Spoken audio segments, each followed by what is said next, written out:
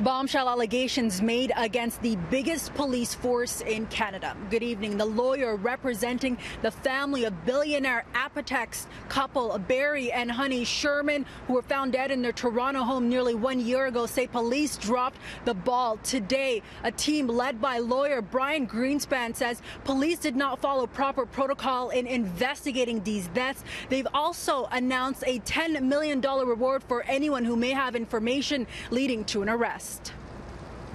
For the family, the most perplexing and upsetting aspect of the investigation was the failure to recognize the obvious, that the bodies of Barry and Honey Sherman were staged post-mortem in a very deliberate manner.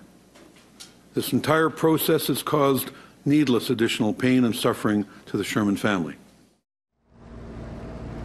The Shermans, both in their 70s, were last seen alive on December 13, 2017, and their bodies were discovered 2 days later in the basement of their Toronto mansion on Old Colony Road. The pair of billionaire philanthropists owned drug company Apotex. The couple's kids, who retained a team of experts for their own private investigation, criticized police after they stated they weren't looking for suspects and there were no signs of forced entry. The team is made up of forensic experts, pathologists, and several former Toronto police officers with decades of experience. In January, police ruled their deaths as a double homicide.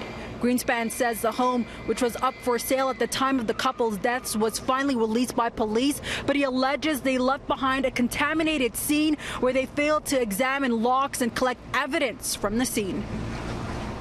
This collection of prints and fluids is conducted for the simple purpose of elimination.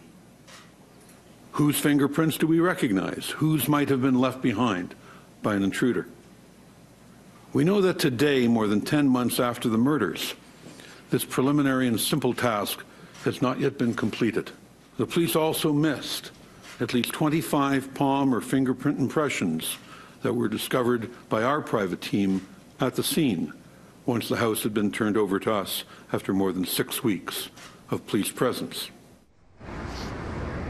In addition, the family's lawyer states police have not been receptive to their findings, nor have they been collaborative in their efforts throughout this 10-month-long investigation.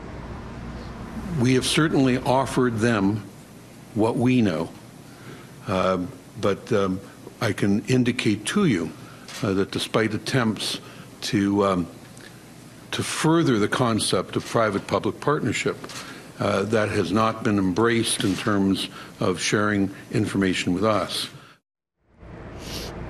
And part of today's announcement, as I mentioned, I saw Greenspan also stating that they will be making $10 million available to anyone who may have information leading to the arrest of this. They also want Toronto police to be involved in the process. They've organized a call center where people can call in for tips.